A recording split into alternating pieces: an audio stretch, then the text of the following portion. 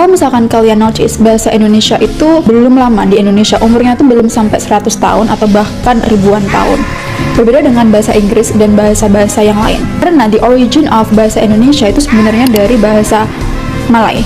Jadi kalian jangan berantem ya sama orang Malaysia, karena sebenarnya ibu bahasa Indonesia itu adalah bahasa Melayu, dan bahasa Indonesia itu baru disahkan sebagai bahasa resmi itu sekitar tahun 1920-an kalau nggak salah, waktu Sumpah Pemuda.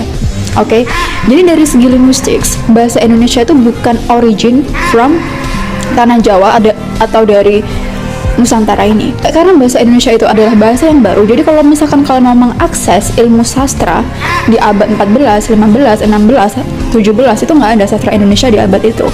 Oke, berbeda dengan sastra Jawa. Kebanyakan orang Indonesia itu illiterate dengan bahasa ibunya sendiri atau bahasa yang lahir dari tanahnya sendiri. For example, karena aku orang Jawa, aku akan ngambil contoh bahasa Jawa. Sebenarnya misalnya orang Jawa itu bisa berbahasa Jawa, but they are still illiterate. Mereka masih buta huruf. Mereka nggak tahu cara membaca aksara Jawa. Mereka tidak tahu sastra Jawa itu apa. Mereka tidak tahu ilmu-ilmu leluhur yang ditulis dalam aksara Jawa itu apa. Jadi saat kita ingin mengakses bahasa Jawa atau saat kita ingin mengakses ilmu yang diturunkan dari leluhur itu nggak bisa. Makanya kebanyakan dosen sastra Jawa itu ngambil PhD di mana? Di Belanda, di Leiden University. Dan menurut aku itu sangat miris. Dari segi bahasa aja, kita ini illiterate, kita ini buta huruf. Berbeda dengan bahasa Inggris, ya.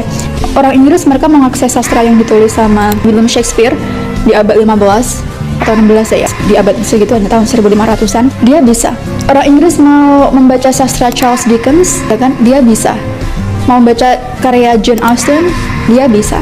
Mau membaca karya Emily Bronte, dia bisa. Terus kemudian orang Israel, dia mau mengakses karya sastra dari leluhurnya yang berbahasa Ibrani, dia bisa. Makanya suatu negara yang preserving bahasa origin leluhurnya, itu kemungkinan besar dia bisa long last, karena mereka bisa mengakses ilmu yang ditulis dari leluhurnya. Oke, jadi itu perlu digarisbawahi secara sastra, secara literasi.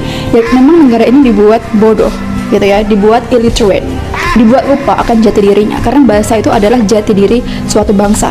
Atau di dunia pendidikan, karena memang background keluargaku itu akademis, jadi nenekku itu dia kepala sekolah di masa-masa penjajahan Belanda Jepang dulunya. Jadi aku tahu realitas pendidikan di Indonesia itu kayak apa, dan menurut aku Indonesia itu tidak akan pernah bisa menjadi negara maju. Aku akan ngasih kalian pencerahan di sini. Education di Indonesia itu sangat bobrok, korupsinya tinggi, banyak dosen-dosen yang dia itu pakai joki.